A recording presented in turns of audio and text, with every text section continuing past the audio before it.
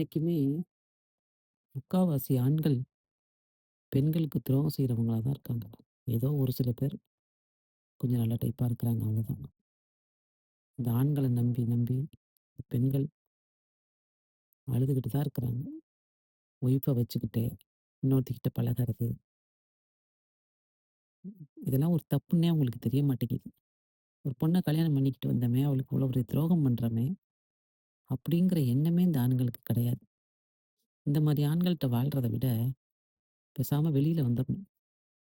என்ன பண்றது? பிள்ளைய பெத்துட்டோமே அப்படின்னு பிள்ளைங்கள வளர்க்கணுமேன்னு அவங்க கூட இருந்துட்டு, அவன் பண்ற துரோகத்தெல்லாம் பொறுத்துக்கிட்டு, அந்த காலத்து பெண்கள் வாழ்ந்தாங்க. ஆனா இன்னைக்கெல்லாம் வாழணுங்கிற அவசியமே இல்ல. அன்னைக்கு வந்து அவன நம்பியே ஒரு பொண்ணு இருந்தா. இன்னைக்கு இப்ப எல்லா பெண்களும் படிச்சிருக்கிறாங்க. படிக்கணும். கண்டிப்பா படிக்கணும். படிக்கலன்னா இவனுங்க மாரி ஆண்கள்ட்டலாம் பொண்ணு வாழவே முடியாது. படிச்சுட்டு நமக்குன்னு ஒரு வேலைய தேடிக்கணும். சம்பாரிக்கணும். இப்படி நல்லவனா இருந்தா கூட வாழணும். இல்லையா வெளியில வந்துரணும். போடா நாயின்ட்டு. இவனுங்கெல்லாம் சும்மாவே விடக்கூடாது. கடவுள் உனக்கு அவனுங்க நெனைக்கிறானுங்க. நம்ம நல்லா இருந்துருவோம்ன்னு. கடவுள் அவனுங்கள சும்மா விடாது.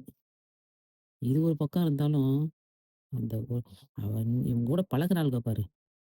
அவளுக படு ஒஸ்ட்டு. நம்ம என்ன வேலை பண்ணிட்டு இருக்கோங்கிறதே அவளுக்கு தெரியல போல இருக்கு. தெரியாம இருக்காது. தெரியாது யாருக்கும்னு நெனச்சுக்கிட்டு பண்றாளுக. அவளுக பண்றது என்னமோ குடும்ப பொண்ணு மாரி இருந்துகிட்டு, அவளுக பண்ற வேலை அடுத்தவ புருஷன் மேல ஆசைப்படுறது. அதுக்கு பேரே வேற என்ன அவளுக்கு தெரியுமா தெரியாதான்னு தெரியல. தெரியும். தெரிஞ்சிருந்தும் அவளுக அப்படிதான் பண்ணுவாளுக. அவளுக்கு புத்தி அந்த மாரி தான். அவள்லாம் உலகத்துல வாழவே கூடாது. அடுத்தவ புருஷன் மேல ஆசைப்படுறவள்லாம். எல்லாம் செத்துறணும். சாவறா! அவ இந்த சந்தோஷத்திலேயே இருப்பா. ஒரு நல்லவ வேஷம் போட்டுட்டு இருப்பாளுக ஊர்ல. இல்ல குடும்ப பொண்ணு மாரி இருப்பாளுக. அவளுக பண்ற வேலையெல்லாம் இந்த மாரி ஒரு கேவலமான செயல் தான் செய்வாளுக. இவளுகள்னால தான் இந்த ஆண்களும் கெட்டு போறாங்க. இவங்க மாரி ஆண்கள்ட்ட வாழவே கூடாது.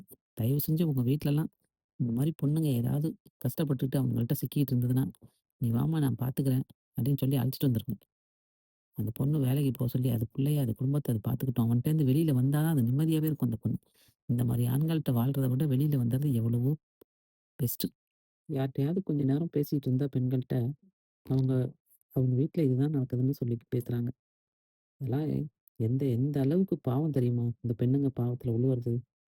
இனிமேலாவது இந்த ஆண்கள் திருந்தணும். ஆண்களோட அந்த அந்த ஆண்களோட அலையிறாளுக பாருங்க. அவளுக திருந்தணும்.